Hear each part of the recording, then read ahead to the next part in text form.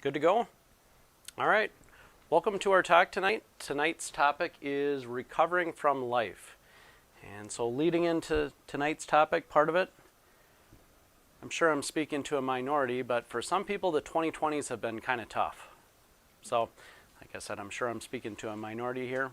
But truth is, for a lot of us, the 2020s has been, the past year and a half has been a couple of years that I've never experienced anything in my life. So some of the things we're going to go over tonight are some habits and things you can do to help recover from life and deal with stress. So we'll start out tonight. So if we take a look at a big ship, it probably looks like one of the ports outside of LA, or they can't get in there. So does anyone know why a ship like this doesn't sink? Any guess? So if you take a look at a ship like this, this is many thousands of pounds. And it doesn't sink partially because, the inside, the hull, there's no leaks in it. A ship like this also doesn't sink scientifically due to Archimedes' principle. So we'll talk a little bit about physics here to start. So any of you in physics class, if you look at Archimedes' principle, a big ship like that, the bigger the hull is, the more water it displaces. That's the amount of buoyancy that pushes back up on it. So a big ship like that can float because it displaces water and there's no holes in the hull. Archimedes, Greek mathematician, if you remember one of his famous quotes, "Give me a lever long enough and fulcrum to which to place it, and I shall move the world." And this is that principle in action. And so I think as far as a ship on the ocean, something that has that much weight, and think of almost like the ocean and water in that as far as stress, especially in the past year and a half, everything that we've had piled onto us. The people that are doing the best right now are those that have their internal ship or hull shored up. And that can be a number of things. Have you been exercising? Have you been eating healthy? What are you doing as far as meditation? Anything to mitigate the effects of stress.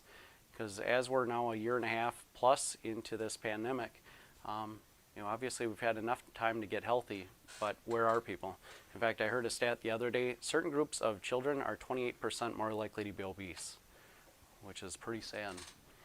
And then again, at the start of all this, what did we do? We closed gyms and we kept fast food open, so some of the things we didn't make a whole lot of sense. So one of the things I think of just to help me, especially if I know I'm going to have a stressful day, what are the 30 minutes I do before bed and what are the 30 minutes I do in the morning right after I get up? I call that the golden hour. I also call it putting on my Teflon for the day. So if I'm ready for the day, then I'm ready for that patient that may be complaining of, my treatment isn't going well, maybe the guy cuts me off in traffic. If I put my Teflon for the day, then it doesn't bother me as much. Even Dr. Bouch talks about it a lot. So you stub your toe when you're feeling good. It's a Friday afternoon, you're going to meet friends. It doesn't hurt as bad. You stub your toe Monday morning after you hit the snooze button and it hurts a lot more.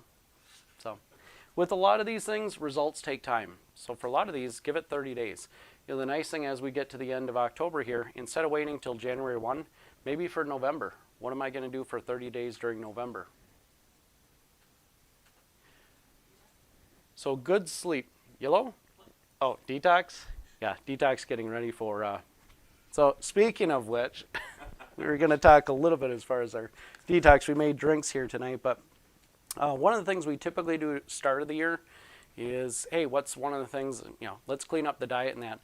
But it's almost like it gives us an excuse to misbehave all November to December. So what happens if I started November 1st, started getting healthier, and then, come Thanksgiving, then I can misbehave a little bit. But good sleep's very important. Increased energy, improved memory, ability to manage stress, and this is one of the biggest things, especially as far as recovering from life goes.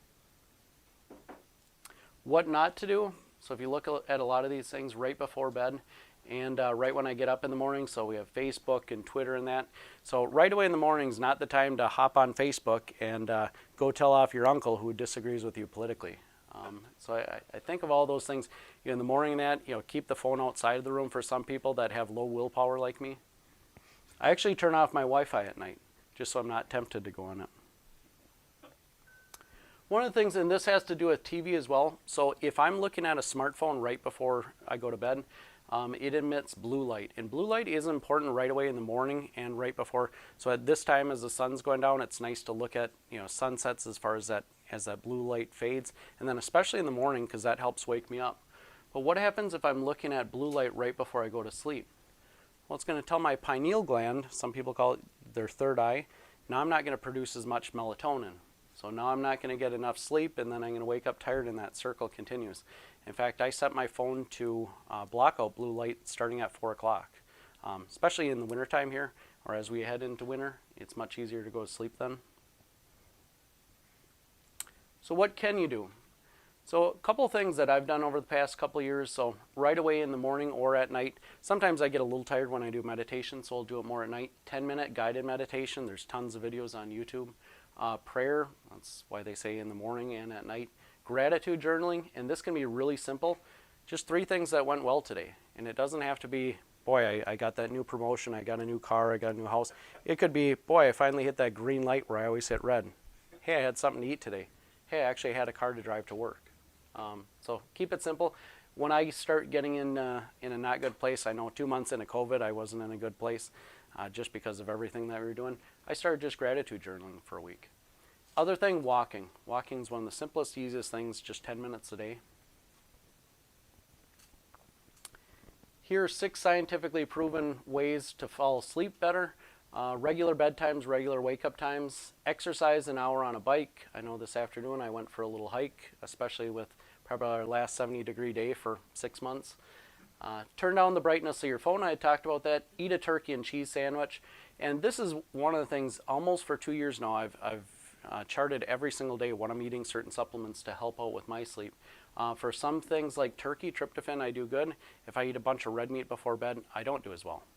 And I learned that just from writing that down and trying to link which nights I sleep better compared to nights that I don't. Cherry juice. Other thing, half an hour hot bath, add a little Epsom salt. So magnesium, that'll be one of the things I talk about in a slide as far as de-stressing. Magnesium is one of my favorite minerals. You can also get that in through the skin using Epsom salt soaks or magnesium sulfate. Some of the supplements to help with sleep, magnesium, the RDA is 300 to 400 milligrams a day. You get magnesium from sources like deep leafy greens. Glycine, which is an amino acid, that's why magnesium glycinate is actually a really good supplement. Glycine is just an amino acid that can help with sleep. Valerian root is an herb that you can use that helps to increase GABA, which is an inhibitory neurotransmitter. Finally, something as simple as honey and cinnamon. Sometimes I'll do this before bed, just to give it a little bit of a glycogen source before bed. In the morning, what can I do? That golden half an hour, resist the snooze button. I know they make different things out now where they have the alarm clock that moves around. This is one of the things I've tried to do over the past couple of years. Don't hit the snooze button. Whatever I have to do, push-ups, air squats, go for a walk, hop in the shower. If I wake up and I didn't sleep as good, I'll actually throw on Jim Gaffigan. I'll throw on a comedian right away. So if I can laugh right away in the morning, that helps get me up. Motivational music, write down goals for the day. Warm water with lemon right when you wake up, really good to help energize the body, good for the liver. I'll be honest, I love my coffee.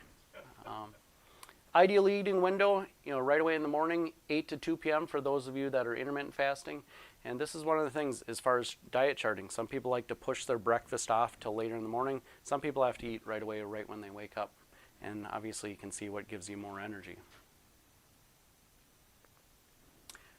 Quote I like, first forget inspiration. So I think we always do this at the start of the year. Hey, I got to get inspired, new year, new me. But forget inspiration, habit is much more dependable. Habit will sustain you whether you're inspired or not. And so this is one of those things, kind of like doing 30-day goals to be healthier, whatever it may be, from an exercise program to gratitude journaling. Boy, if you can start to write down and do it on a daily basis, it's a whole lot better than waking up Monday morning and hoping to be inspired. So with that, I'll turn it over to our next speaker tonight, and that is Dr. Lexi.